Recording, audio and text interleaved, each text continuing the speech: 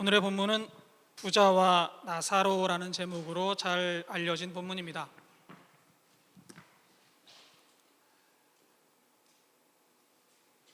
제가 좀 악필이거든요. 좀 양해해 주시기 바랍니다. 부자가 있고요, 나사로가 있습니다. 부자는 부자라는 거 알겠죠? 그럼 나사로는 어떤 사람입니까?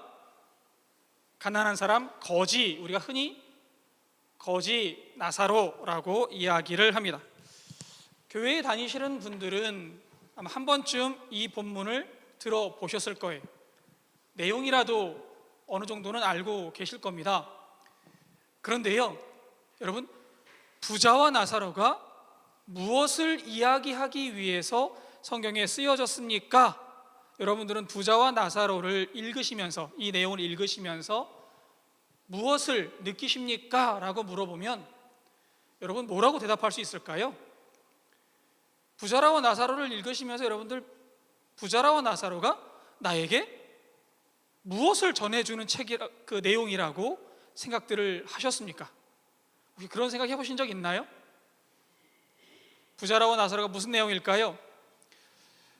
아마도 부자라와 나사로 내용은 알고 있지만 이 이야기의 주제가 뭐냐라고 물어봤을 때 선뜻 내 생각에 부자와 나사로의 거지 나사로의 비유는 이런 내용인 것 같습니다라고 대답할 수 있는 사람이 많지는 않은 것 같습니다.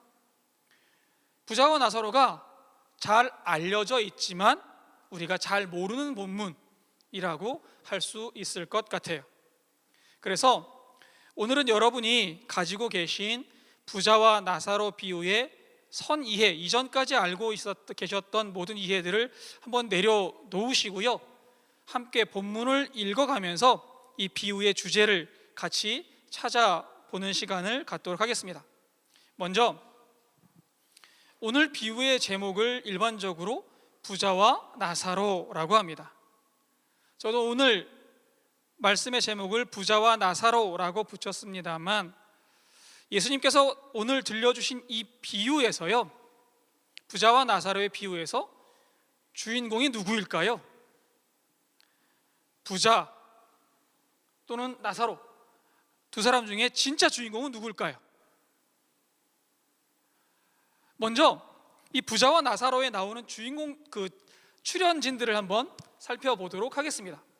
먼저 부자가 있고요, 부자가 나오고요, 그 다음에 거지 나사로가 나옵니다.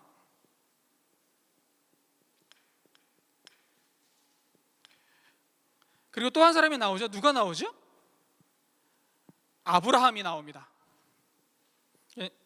그냥 A, B라고 하면 표시할게요. 아브라함이 나오는데요, 이 세 사람 중에 분명히 주인공이 있을 것 같아요. 그런데 우리가 내용을 살펴보면 아시겠지만 아브라함을 주인공이라고 하기에는 약간 무리가 있습니다. 그래서 아브라함은 주인공에서 살짝 제외를 시켜 놓을게요. 그리고 그러면 이 부자하고 거지 나사로 두 사람 중에 주인공이 있을 텐데요, 두 사람 중에 거지 나사로는 일단 이름이 있습니다. 나사로라는 이름이 있고요, 부자는 이름이 없습니다. 그리고 부자는 죽어서 어디를 들어갔죠? 지옥, 음부, 원어로 보면 하데스라고 나오는데요, 일단 음부에 들어갔습니다. 그럼 거지 나사로는 어디로 갔습니까? 예, 성경 말씀 그대로 하면 아브라함의 품에서 위로를 받고 있다라고 성경은 기록하고 있습니다. 그래서 우리가 흔히 이 부자와 거지 나사로의 이야기를 읽으면서 우리는 흔히 이 거지 나사로가 주인공이 아닐까라는 생각을 하면서 이 본문을 읽습니다. 왜냐하면 나사로는 천국에 들어갔으니까 우리가 나사로처럼 하면 천국에 들어갈 수 있지 않을까라는 생각을 하는 거예요. 그리고 최소한 주인공이니까 이름은 있지 않을까, 그래서 나사로라는 이름이 있는 이 거지가 주인공이 아닐까라는 생각을 하게 됩니다. 그런데요, 여러분, 오늘 본문을 쭉 읽어보시면서 나사로가 아브라함의 품에 안길 만한, 천국에 들어갈 만한 어떤 선한 일을 했다는 기록이 있나요? 찾아보신 적 있으십니까? 아브라함이 천국에 들어갈 만한 선한 일을 했다는 기록이 있나요? 없습니다. 그러면 부자가 음부에 빠질 만한 죄악을 저질렀다는 기록 또한 있나요? 그렇지 않습니다. 그러면 도대체 부자와 거지 나사로 중에 예수님께서는 누구에게 중점을 두고 말씀을 하셔서 우리에게 메시지를 전해주려고 하시는 것일까? 한번 깊이 있게 생각해 볼 필요가 있을 것 같습니다. 먼저 오늘 비유의 내용부터 여러분들과 함께 나누어 보도록 하겠습니다. 부자는 세상에서는 부자로 풍요로운 삶을 살다가 결국에는 음부에서 고통을 겪게 됩니다. 나사로는 거지로 온몸이 헌데투성이로 부자의 집 근처에서 버려져서 그 부자의 집 근처에 집 문 앞에 버려져 있었고요. 부자의 상에서 떨어지는 부스러기로 배를 채우려고 했지만 그럴 수 없었다라고 성경은 기록합니다.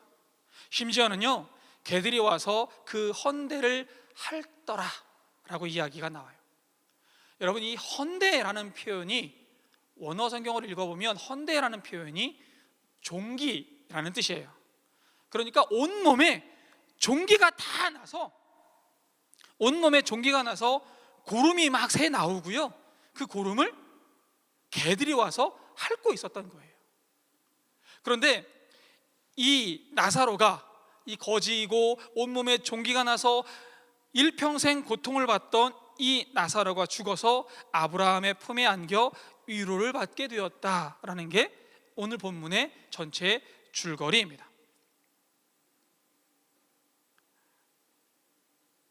이 내용을 살펴보면 부자는 이름이 없고 지옥에 들어갔고요, 거지는 이름만 있을 뿐, 아브라함의 이름이 있을 뿐만 아니라 아브라함의 품에 안겨 있는 것을 봐서 우리는 흔히 나사로에 초점을 맞춰서 이 비유를 읽으려고 합니다. 여기에서 우리는 예수님께서 이 비유를 말씀하신 대상이 누구인지를 한번 생각해 볼 필요가 있어요. 누구에게 이 비유의 말씀을 전해 주신 것일까? 14절 말씀을 한번 읽어볼까요? 누가복음 16장 14절입니다. 제가 읽어드릴게요. 바리새인들은 돈을 좋아하는 자들이라 이 모든 것을 듣고 비웃거늘. 누가복음 16장에는 부자와 나사로의 비유 외에 한 가지의 비유가 더 등장합니다. 누가복음 16장 1절부터 8절까지에는 우리가 흔히 불의한 청지기의 비유라고 지칭하는 비유가 등장합니다.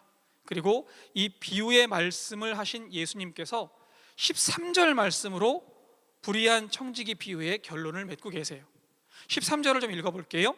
집 주인이 두 주인을 섬길 수 없나니 혹 이를 미워하고 저를 사랑하거나 혹 이를 중히 여기고 저를 경히 여길 것임이니라. 너희는 하나님과 재물을 겸하여 섬길 수 없느니라.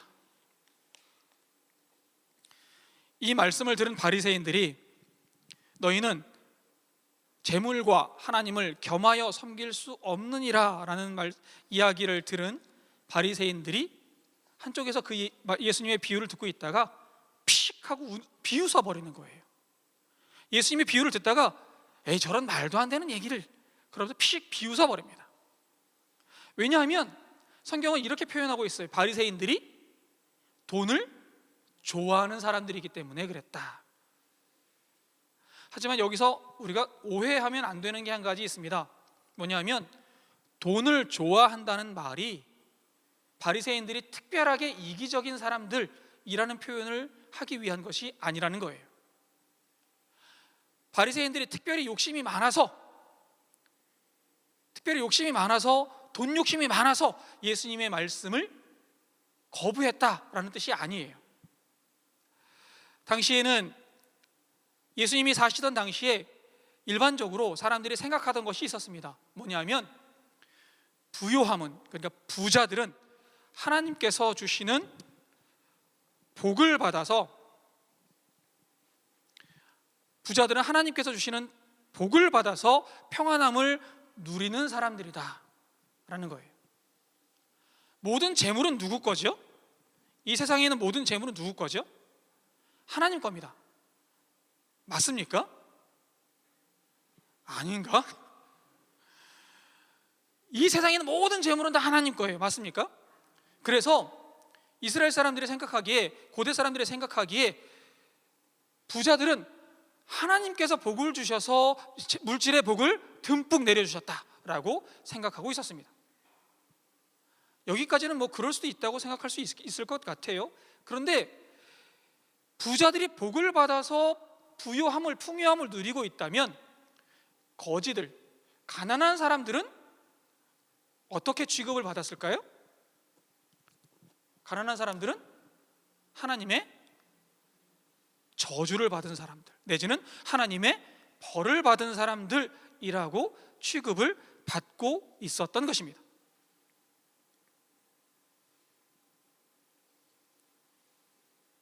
당시 바리새인들은 부자는 하나님의 복을 받은 사람들이니까 재물과 하나님을 겸해서 섬길 수 없다는 예수님의 말씀은 말도 안 된다 라고 생각했던 거예요. 왜냐하면 부자는 하나님께서 복을 주셨잖아요. 그런데 하나님께서 복을 주셔서 나는 하나님의 복도 누리고 또 하나님을 섬길 수도 있고 한 거지, 재물을 좋아하면서 하나님을 좋아하는 그 두 가지가 다 가능하다고 생각하고 있었던 거예요. 그런데 예수님께서 재물과 하나님을 겸해서 섬길 수 없다라고 선언을 하시니까 말도 안 된다, 그건 있을 수 없는 일이다 라고 이해를 했던 거죠. 그래서 바리새인들은 도저히 예수님의 그 말씀을 이해할 수 없었던 겁니다. 그리고 가난한 사람들을 무시하고 깔봤습니다. 이러한 바리새인들을 향해서 예수님께서 선포하신 비유가 오늘 우리들이 읽은 부자와 나사로의 비유입니다. 그러니까 이 비유는 바리새인들을 향해서, 바리새인들을 상징하고 있는 부자를 주인공으로 해서 우리들에게 메시지를 전해주고 있는 말씀이라고 볼 수 있습니다.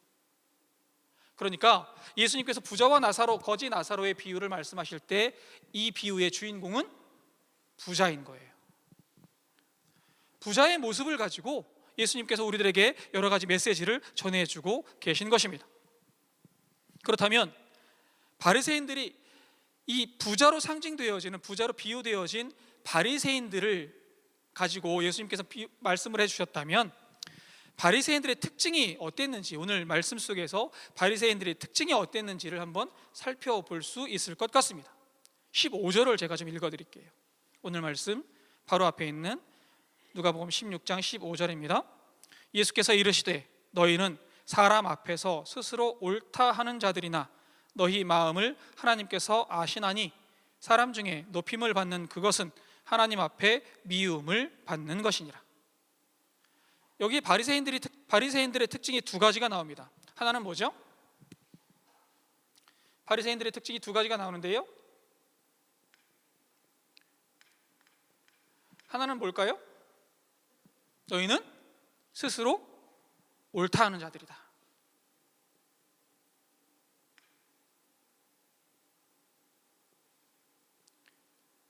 스스로 옳다 하는 자들인 거예요.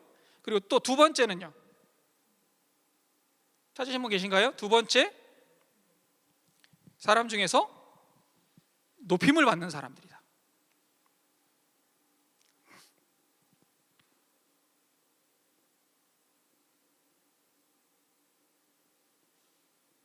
사람 중에서 높임을 받는 사람, 이들이 바리새인들이었습니다. 또 17절을 한번 또 읽어볼게요.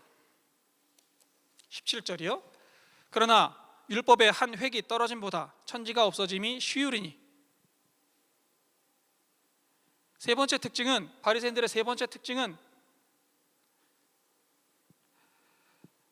율법을 철저히 지킨다고 주장을 하는 사람들이었습니다.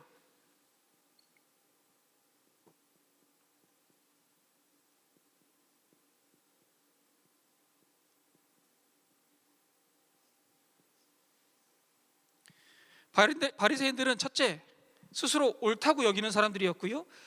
두 번째, 사람들 중에 높임을 받는 사람이었고요. 세 번째, 스스로 율법을 철저하게 지킨다고 생각하는 사람들이었습니다. 이게 바리새인들이 스스로 자신들을 평가하는 내용이었어요. 그런데 예수님께서 바리새인들을 평가하는 내용은 조금 다릅니다. 15절 하반절 말씀을 제가 다시 한번 읽어드릴게요. 사람 중에 높임을 받는 그것은 하나님 앞에 미움을 받는 것이니라. 예수님의 평가는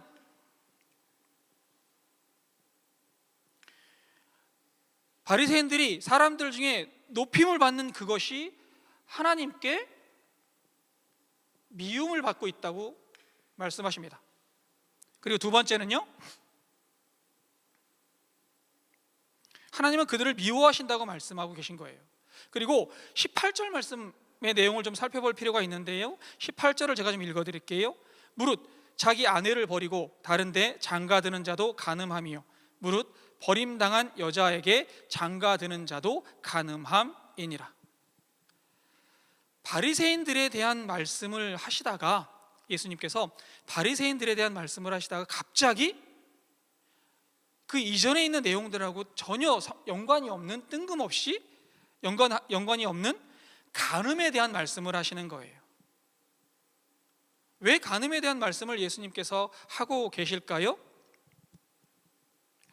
18절의 이 간음 이야기는 간음이 어떤 것이다 라고 설명하기 위해서 예수님께서 들려주신 말씀이 아닙니다. 바리새인들의 영적 상태를 말씀하시기 위해서 사용하신 일종의 은유라고 이야기할 수 있어요. 구약 성경을 읽다 보면 이스라엘의 영적 상태를 나타내기 위해서, 이스라엘이 하나님과의 관계를 나타내기 위해서 간음했다 또는 너희가 음행하였다라는 표현들을 종종 읽을 수 있습니다. 호세아서 4장 12절 말씀을 제가 읽어드릴게요. 내 백성이 나무에게 묻고 그 막대기는 그들에게 고하나니 이는 그들이 음란한 마음에 미혹되어 하나님을 버리고 음행하였음이니라.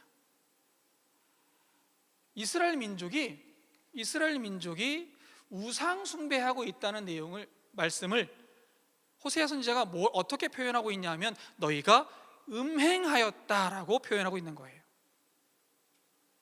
또 호세아 선지자는 아내인 고멜이 간음하는 이야기를 통해서, 고멜의 간음을 통해서 이스라엘이 남편인 여호와 하나님을 버리고 우상들에게 마음을 빼앗기고 우상 숭배를 하였다라고 이야기를 들려주고 있습니다. 이와 같이 예수님께서는 바리새인들의 영적 상태를 나타내기 위해서 간음이라는 말씀을 하고 계신 것입니다. 그리고 뒤이어서 오늘의 비유 말씀, 부자와 거지 나사로의 비유 이야기가 뒤이어서 이어지고 있는 거예요. 다시 말씀을 드리면 바리새인들은 너희가 스스로 옳다고 여기고 스스로 사람 중에 높임을 받고 있고 율법을 철저하게 지키고 있다라고 생각하지만 너희들은 율법을 너희 마음대로 적용하고 너희 마음대로 해석해서 하나님의 뜻을 왜곡하고 있는 존재들이다라고 예수님께서 말씀해 주고 계신 것입니다.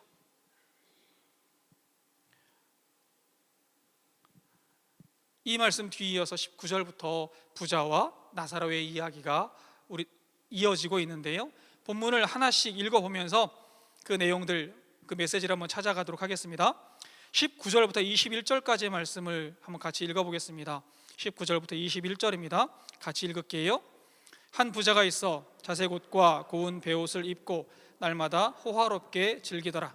그런데 나사로라 이름하는 한 거지가 헌데 투성이로 그의 대문 앞에 버려진 채 그 부자의 상에서 떨어지는 것으로 배불리려 하매 심지어 개들이 와서 그 헌대를 핥더라. 이에 그 거지가 죽어 천사들에게 받들려 아브라함의 품에 들어가고 부자도 죽어 장사되매 그가 음부에서 고통 중에 눈을 들어 멀리 아브라함과 그의 품에 있는 나사로를 보고.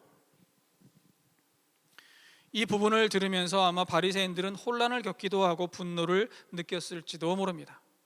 아까 잠깐 말씀을 드렸지만 바리새인뿐 아니라 당시의 일반적인 생각은 부자는 하나님의 복을 받아서 부유함을 누리고 거지는 하나님께 벌을 받았다라고 일반적으로 사람들이 생각하고 있다고 말씀을 드렸어요. 하지만 예수님께서는 부자가 죽어서 음부에 떨어지고 거지가 아브라함의 품에 안겨있는 모습을 말씀하고 계십니다. 이 말씀은 당시의 관념을 완전히 뒤집는, 좀 격한 표현을 쓰면 혁명적인 표현이라고 해도 과언이 아닌 내용입니다. 그런데요, 여기서 한 가지 질문이 생깁니다. 아까도 질문을 드렸지만 거지는 무슨 이유로 아브라함의 품에 안겨 있죠? 무엇 때문에? 부자는 무슨 죄를 저질렀기 때문에 음부에 떨어진 걸까요? 비유에는 부자의 죄와 나사로의 의로움이 드러나지 않습니다. 나사로가 의롭다는 표현이 전혀 나오지 않고요, 부자가 죄를 저질렀다는 말도 나오지 않습니다. 다만 25절 말씀 한 구절이 나와요. 25절을 좀 읽어보겠습니다. 아브라함이 이르되 예 너는 살았을 때에 좋은 것을 받았고 나사로는 고난을 받았으니 이것을 기억하라. 이제 그는 여기서 위로를 받고 너는 괴로움을 받느니라. 부자가 음부에 빠진 이유는 살았을 때 좋은 것을 받았기 때문이고 나사로는 고난을 받았기 때문이라고 말씀하십니다. 여러분 이해가 되시나요? 부자가 음부에 빠진 이유는 그냥 부자였기 때문에 음부에 빠진 거예요. 나사로가 아브라함 품에 안긴 이유는 가난했기 때문에 아브라함 품에 안겼습니다. 제가 이렇게만 설명드리면 여러분들 납득하시겠어요? 이 말씀을 이해하기 위해서 16장의 앞부분에 나오는 불의한 청지기 비유를 살펴볼 필요가 있습니다. 16장 1절부터 8절까지의 내용은 우리가 흔히 불의한 청지기의 비유라고 하는데요, 어떤 부자에게 청지기가 있는데 이 청지기가 주인의 재물을 낭비한다라는 이야기를 부자가 듣게 됩니다. 그래서 부자는 청지기를 내쫓기로 하고 일을 마무리해라, 이제 끝내라 라고 명령을 내립니다. 청지기는 부자에게서 쫓겨나면 앞으로 어떻게 살까 고민을 하기 시작합니다. 땅을 파자니 힘이 없고 국어를 하자니 창피해서 못하겠다, 도저히 어떻게 살아야 될지 모르겠다라고 고민을 하다가 한 가지 묘책을 생각해내요. 그게 뭐냐면 주인에게 빚진 사람들을 한 사람 한 사람 부르는 거예요. 그리고는 자기 마음대로 그 빚을 탕감해 주기 시작합니다. 물론 주인하고 한마디 상의 없이 자기 마음대로 빚을 탕감해 주는 거예요. 기름 100마를 빚진 사람에게는 50마를 탕감해 주고요, 밀 100석을 빚진 사람한테는 20석을 탕감해 줍니다. 여러분 이 행동이 정의로운 행동인가요? 우리가 일반적인 생각을 하면 이 행동은요 도둑질이에요. 그렇죠? 내 거 아니잖아요. 주인 거잖아요. 그런데 자기 마음대로 주인한테 빚진 사람들을 불러다가 야 지금 여기 계약서가 있으니까 여기 계약서가 있으니까 네가 여기에 수결해. 네가 기름 100석 100마리야? 내가 50마리 탕감해 줄게. 마음대로 계약을 파기하는 거예요. 주인의 재산을 마음대로 없애고 있습니다. 이건요 도둑질이에요. 지금 우리의 일반적인 생각으로 하면 당연히 벌을 받아야 될 행동이고요, 감옥에 갇혀야만 합니다. 그런데 이 소식을 들은 부자가, 주인이 좀 이해할 수 없는 반응을 보입니다. 뭐냐면 부자는 이 청지기의 행동을 보고 네가 참 지혜롭다 라고 평가하는 거예요. 8절 말씀을 좀 읽어드릴게요. 주인이 이 옳지 않은 청지기가 이를 지혜 있게 하였으므로 칭찬하였으니 이 세대의 아들들이 자기 시대에 있어서는 빛의 아들들보다 더 지혜로움이니라.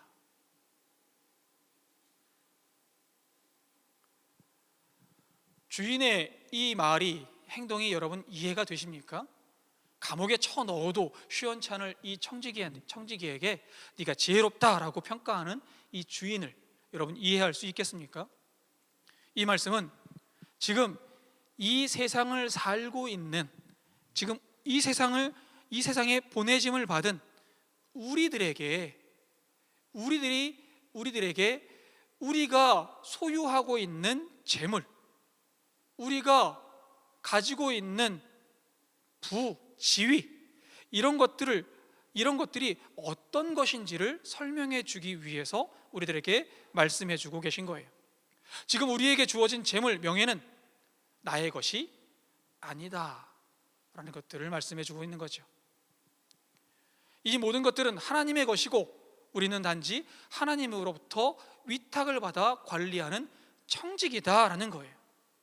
그렇다면 우리가 위탁받아서 소유하고 있는, 우리가 위탁받아서 가지고 있는 이 재물들, 지위들 또는 이 재능들은 어떻게 사용되어져야만 합니까? 누구를 위해서 쓰여져야만 합니까? 하나님을 위해서 쓰여져야 합니다. 누구의 뜻에 따라 사용되어져야 합니까? 하나님의 뜻에 따라 사용되어져야 합니다. 그런데 하나님께서 원하시는 것이 무엇이냐 하면, 가난한 사람들, 소외된 사람들, 너의 이웃들과 함께 나누는 것을 원하고 계신 거예요. 청지기의 주인은 내가 가진 재물이 이웃들과 함께 나누어지기를 원했고요, 또 그 재물들이 나누어짐으로 말미암아 나의 이름이 높아지는 것을 원했습니다. 청지기가 그것을 행했기 때문에 주인은 이 청지기에게 지혜롭다라고 이야기하고 있는 거예요. 9절 말씀을 좀 읽어드릴게요. 9절입니다. 내가 너희에게 말하노니 불의의 재물로 친구를 사귀라. 그리하면 그 재물이 없어질 때에 그들이 너희를 영주할 처소로 영접하리라. 불의한 재물이 뭐죠? 예수님께서 말씀하시는 불의한 재물이 뭘까요? 원어 성경을 보면 맘몬이라고 나옵니다. 맘몬, 이 세상에 우리들이 소유할 수 있는 재물을 우리가 가지고 있는 돈을 얘기해요. 그 돈을 가지고 어떤 일을 하라고요? 친구를 사귀래요. 어려운 사람들, 가난한 이웃들, 너희들의 이웃들에게 베풀어라 라는 거예요. 그러면 어떤 일이 벌어진다고요? 그러면 그 재물이 없어질 때에 그들이 너희를 영주할 처소로 영접하리라. 영주할 처소가 어디입니까? 하나님 나라. 하나님 나라로 그들이 너희를 영접할 것이다 라고 말씀해 주고 있는 거예요. 너희가 가지고 있는 재물을 하나님의 뜻에 합당하게 사용하면 하나님께서 너희들을 하나님 나라로 이끌어 주실 것이다, 영원한 평안으로 이끌어 주실 것이다 라고 이야기하고 있습니다. 여러분, 부자와 오늘 비유에서 이 부자가 음부에 빠진 이유는요, 자신의 재물을 자신의 마음대로, 내 뜻대로 사용했기 때문에 그래요. 오늘 말씀 19절 말씀 한번 읽어볼까요? 오늘 우리가 읽은 말씀 19절입니다. 한 부자가 있어 자색 옷과 고운 베옷을 입고 날마다 호화롭게 즐기더라. 나의 일신을 위해서만 사용하는 거예요. 나의 몸을 위해서, 나의 향락을 위해서만 사용합니다. 그리고 문 앞에는 누가 있어요? 부자의 문 앞에는 누가 있습니까? 거지 나사로가 있어요. 문 앞에 있어요. 부자의 문 앞에. 어쩌면요, 매일매일 부자는 나사로를 봤을 거고요, 또 나사로는 부자의 상에서 떨어지는 부스러기로 배를 채우려 하였으나 채울 수 없었다.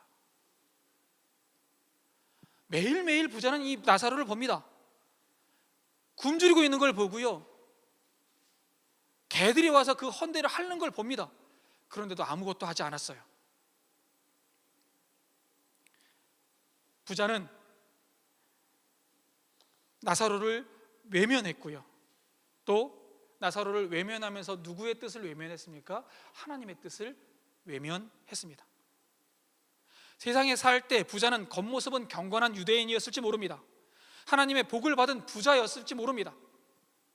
사람들이 평가할 때 부자는 이렇게 평가했겠죠. 하나님의 복을 받은 사람, 아브라함의 자손이라고 평가를 했을지도 모릅니다. 그런데요, 그 내면은, 이 부자의 내면은 하나님의 뜻을 외면하는 이기주의자였고요, 세상의 향락에 빠져 살던 하나님의 선민과는 전혀 반대의 삶을 살았던 사람입니다. 그저 하나님께서 주신 것을 내 마음대로 쓰면 되겠지라고 생각하면서 살았던 거예요. 미국 베들레헴 침례교회에서 목회하셨던 존 파이퍼 목사님이라는 분이 계십니다. 이분이 청년 집회에서 이런 말씀을 하신 적이 있어요.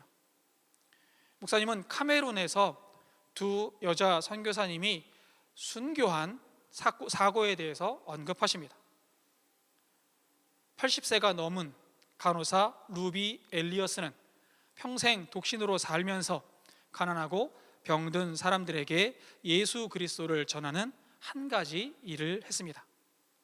미망인이자 의사인 로라 에드워즈 역시 은퇴한 후 루비를 도와서 함께 카메룬의 여러 마을을 다니며 사람들을 돌보았습니다.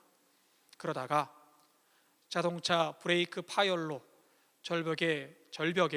절벽에서 추락했고 두 사람은 그 자리에서 그만 죽고 말았습니다. 그리고 나서 존 파이퍼 목사님은 청년들에게 큰 소리로 이렇게 물으십니다. 여러분, 이것이 비극입니까? 여러분들 생각은 어떻습니까? 이것이 비극입니까? 존 파이퍼 목사님은 뒤이어서 바로 이렇게 말씀하십니다. 아닙니다. 이것은 비극이 아닙니다. 제가 진짜 비극이 무엇인지 말씀드리겠습니다. 1998년 2월 리더스 다이제스트 기사입니다. 그 당시 미국에 조기 은퇴 바람이 불었는데 5년 전 미국 동북부 지역에 사는 밥과 페니 부부는 59세와 51세에 조기 은퇴하여 따뜻한 플로리다에 내려가 살면서 보트로 유람을 하고 소프트볼을 하고 조개 껍질을 모으고 있다고 했습니다. 안락한 삶을 살고 있는 거예요. 존 파이퍼 목사님은 이 기사를 인용하시면서 이렇게 말씀하십니다. 여러분, 이것이야말로 비극입니다. 대부분의 그리스도인들이 꿈꾸는 행복한 삶이 돈 많이 벌고 직장에서 성공하고 자녀들이 잘 되고 건강하게 은퇴한 뒤 안락한 삶을 즐기다가 천국에 가는 것인지도 모릅니다. 그러나 좋은 집, 좋은 차, 좋은 가족, 좋은 직장, 즐거운 은퇴, 조개 껍질을 모으다가 전능하신 하나님 앞에 서게 되는 이것이 행복입니까? 우리는 예수님의 십자가로 지옥에 가지 않고 천국에 갈 자로 구원받았습니다. 죄의 종노릇하던 데서 구원받았으면서도 여전히 세상 욕망, 육신의 욕망을 따라 죽을 때까지 살다가 하나님 앞에 서서 하나님, 제 보트를 보십시오. 제가 모은 이 조개 껍질을 보시겠습니까? 라고 말할 수 있습니까? 하나님 앞에 가서 여러분 차를 자랑하시겠어요? 하나님 앞에 가서 조개 껍질, 요트를 자랑할 수 있겠어요? 우리가 하나님 앞에 가서 말씀드릴 것이 이것밖에 없다면 그것이야말로 비극입니다 라고 존 파이퍼 목사님은 말씀하고 계십니다. 여러분, 누구나 하나님 앞에 갑니다. 저도 하나님 앞에 가고요, 저보다 어린 사람들도 하나님 앞에 갑니다. 그런데 내가 하나님 앞에 간다는 사실을 인식하면서 사는 사람은 그리스도인 중에서도 그렇게 많지는 않은 것 같아요. 부자도 그랬겠지요. 지금의 풍요로움이 지속될 것처럼 생각했고 그렇게 살았을 것입니다. 그러다가 자신도 알지 못하는 사이에 하나님 앞에 서게 됐고요, 하나님과 상관없는 삶을 살았던 대가를 치러야만 했을 것입니다. 우리의 삶을 한번 돌아봤으면 좋겠어요. 여러분, 언젠가 우리가 하나님 앞에 설 수밖에 없다는 사실을 믿으십니까? 절실하게 믿으십니까? 매일매일 그 사실을 깨닫고 살아가십니까? 그런데 우리가 하나님 앞에 갔을 때, 하나님, 제 차 멋있죠? 하나님, 제 집 좋지 않습니까? 우리가 자랑할 것이 그것밖에 없다면 그것이야말로 비극 아닐까요? 부자가 그렇게 살았어요. 부자가 그렇게 살다가 하나님의 뜻과는 전혀 상관없는 삶을 살다가 나는 복 받았어, 나는 복 받았어 그러고 살다가 그러다가 음부에 빠진 거예요. 전혀 죽은 이후에 우리가 하나님 앞에 설 수 있다는 사실을 깨닫지 못하고 살았던 결과입니다. 그렇다면 나사로는 무엇 때문에 아브라함의 품에 안길 수 있었을까요? 나사로가 아브라함 품에, 그러니까 천국에 들어갈 수 있었던 이유는 뭘까요? 본문은 그 이유를 설명하지 않습니다. 나사로가 어떤 의로운 행동을 했는지, 나사로가 천국에 들어갈 수 있었던 이유가 무엇인지 설명해 주지 않습니다. 그런데 이 나사로라는 이름의 뜻을 한번 생각해 보면 그 이유를 유추해 볼 수 있습니다. 나사로는 히브리 말로 엘르아잘이라는 말의 축약형이라고 합니다. 그런데요, 이 엘르아잘이라는 말은 무슨 뜻이냐면 하나님께서 도우시는 자, 도우시는 사람이라는 뜻이에요. 나사로는 하나님께서 도우시는 사람, 나사로는 하나님의 도우심으로 말미암아 아브라함의 품에 안길 수 있었다라고 이야기하고 있습니다. 고린도 후서 8장 9절 말씀을 제가 좀 읽어드리겠습니다.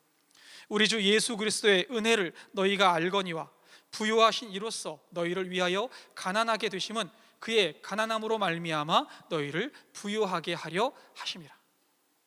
예수님께서 가난하게 되신 이유가 뭐라고요? 우리를 부요하게 하시기 위해서라고요. 예수님께서 십자가에 못 박혀 죽으신 이유가 뭐라고요? 우리를 살리기 위해서 예수님께서 돌아가셨다고요. 우리가 이 땅에서 사는 동안 누리는 부요함, 권력, 재능, 이 모든 것은 하나님의 은혜로 말미암아 누리고 있음을 우리들은 기억해야만 합니다. 그리고 언젠가 그분 앞에 서서 그분의 심판을 받게 될 것입니다. 나사로는 하나님의 도우심으로 말미암아, 하나님의 은혜로 말미암아 아브라함의 품에 안길 수 있었고요, 우리가 하나님의 품에, 아브라함의 품에 안길 수 있는 이유도 우리의 의가 아니라 하나님의 은혜로 말미암아 우리도 하나님 나라에 들어가게 될 것입니다. 그런데 여기서 한 가지 생각해 볼 게 있어요.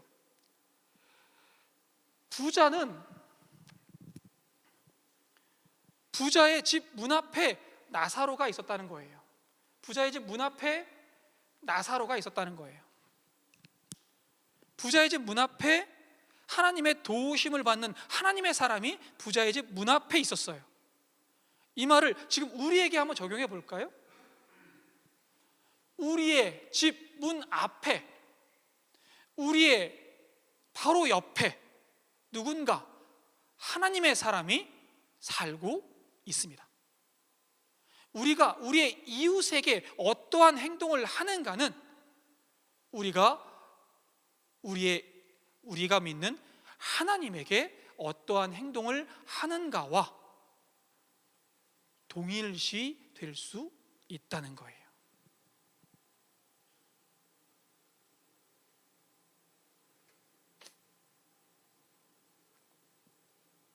자, 27절부터 31절까지의 말씀도 한번 읽어볼까요? 27절부터 31절까지 말씀을 좀 읽어보겠습니다. 같이 한번 읽겠습니다. 이르되 그러면 아버지여 구하노니 나사로를 내 아버지의 집에 보내소서. 내 형제 다섯이 있으니 그들에게 증언하게 하여 그들로 이 고통받는 곳에 오지 않게 하소서. 아브라함이 이르되 그들에게 모세와 선지자들이 있으니 그들에게 들을지니라. 이르되 그렇지 아니하니이다. 아버지 아브라함이여 만일 죽은 자에게서 그들에게 가는 자가 있으면 회개하리이다. 이르되 모세와 선지자들에게 듣지 아니하면 비록 죽은 자 가운데서 살아나는 자가 있을지라도 권함을 받지 아니하리라 하였다 하시니라. 오늘 비유 말씀의 마지막 부분입니다. 부자가 음부에 떨어져서 아브라함에게 간청하는 거예요. 아버지 아브라함이요, 나사로에게 시켜서 그 손끝에 물을 찍어서 제 혀에 좀 대게 해 주십시오. 제가 목 갈증이 나고 뜨거워서 지금 고통 중에 있습니다. 그랬더니 아브라함이 뭐라고 합니까? 너와 우리 사이에 거대한 깊은 구렁텅이가 있어서 우리가 너희에게 건너갈 수도 없고 너희가 우리에게 건너올 수도 없느니라. 이 말을 들은 부자가 또다시 아브라함에게 이야기합니다. 그러면 아버지 아브라함이요, 나사로를 우리 아버지의 집에 좀 보내주십시오. 그래서 내가 지금 음부에서 고통받고 있다는 사실을, 나사로가 천국에서 평안함을 누리고 있다는 사실을 증언하게 해 주십시오. 그러면 죽은 자가 살아나서 그들에게 증언하면 그들이 이 말을 믿고 그들이 하나님을 제대로 믿어서 음부에 내려오지 않을 것입니다 라고 이야기하는 거예요. 그랬더니 아브라함이 뭐라고 이야기합니까? 모세와 선지자들에게 들을지니라. 모세와 선지자가, 아브라함이 이야기하는 모세와 선지자는 무엇을 이야기할까요? 아브라함이 이야기하는 모세는 율법의 상징이에요. 모세는 율법의 상징이고요, 선지자는 예언서, 예언서라고 얘기할 수 있겠죠. 두 개를 합해서 구약 성경을 이야기합니다. 예수님 시대에 신약 성경이 없었잖아요, 그렇죠? 그러니까 예수님 시대에서 이스라엘 사람들이 읽었던 성경은 구약 성경밖에 없어요. 그래서 아브라함이 뭐라고 이야기하냐면, 너희들 성경이 있잖아. 그 성경 말씀 속에 다 구원의 조건들이 기록되어져 있어. 그래서 그 말씀을 읽으면, 그 말씀을 읽고 듣고 깨달으면 너희가 구원을 받을 수 있어 라고 이야기합니다. 여기서 우리가 또 한 가지 생각해 봐야 될 거는요, 부자가 아브라함을 부를 때 뭐라고 이야기합니까? 아버지 아브라함이요. 내가 아브라함의 후손입니다. 나의 조상, 나의 아버지라고 부르는 거예요. 이스라엘 사람들은 아브라함의 후손이니까 내가 구원받는다라고 생각하고 있었어요. 구원이 핏줄로서 이루어지나요? 그렇지 않습니다. 구원은 어떻게 이루어집니까? 예수님을 믿으면 이루어집니다. 성경 말씀을 읽으면 믿어집니다. 성경 말씀을 믿으면, 예수 그리스도의 구원의 역사를 믿으면 우리가 구원 받습니다. 믿으십니까? 그런데요, 믿으면, 성경 말씀을 읽고 말씀을 그대로 읽고 그 말씀을 온전히 이것이 진리라고 믿으면 그 말씀이 우리에게 들려주시는 말씀을, 이야기를 우리가 실천하게 되잖아요. 우리가 그 말씀대로 살려고 최소한 노력은 해야 되잖아요. 그렇지 않습니까? 아브라함이 부자에게 이야기하는 거예요. 너희에게는 율법과 예언자가 모세와 선지자가 있지 않느냐, 성경이 있지 않느냐, 그 말씀을 너희가 듣고 읽고 믿으면 너희가 구원을 얻을 수 있을 것이다 라고 말이죠. 말씀이 우리에게 주신 진리를 믿고 행하는 길이, 그 말씀을 실천하는 길이 진정 복된 길임을 우리 모두가 믿을 수 있기를 바랍니다. 나는 죽고 예수로 사는 삶이라는 책에 이런 간단한 예화가 있어서 소개해드리겠습니다. 오래전에 한국교회에 철야기도가 한창 유행하던 때가 있었어요. 여러분 철야기도 많이 해보셨나요? 한 번은 철야기도가 유명하다는 어느 교회에 기자가 취재를 갔습니다. 정말 뜨겁게 기도하는 모습을 봤습니다. 말씀을 들을 때에도 열정적으로 듣습니다. 아멘 소리가 교회를 막 울려 퍼졌어요. 그런데 철야 기도를 마치고 나온 교인들이 도로를 무단 횡단하면서 길 건너편에 주차된 자기의 차로 향하는 모습을 보고 이 기자가 실망하기 시작합니다. 바로 옆에 건널목이 있고요, 바로 옆에 횡단보도가 있는데 사람들은 늦었어 하면서 횡단보도를 무시하고 차가 마구 달리고 있는데도 그 찻길을 그냥 쏜살같이 달려나가는 거예요. 그리고 자신의 차로 달려갑니다. 뛰어갑니다. 이 모습을 보고 이 기자가 철야 기도하면 뭐하냐? 삶이 변화되지 않는데 라는 조롱 섞인 기사를 썼다는 이야기가 있었습니다. 우리는 참 많은 말씀을 접합니다. 성경을 읽기도 하고요, 설교를 듣기도 하고요, 또 오늘처럼 성경 공부를 하기도 합니다. 하지만 이 모든 행위가 그저 듣고 읽는 것에서 그친다면 우리는 하나님의 기쁨이 되지 못하고 하나님 나라의 백성으로 드러나지 못할 것입니다.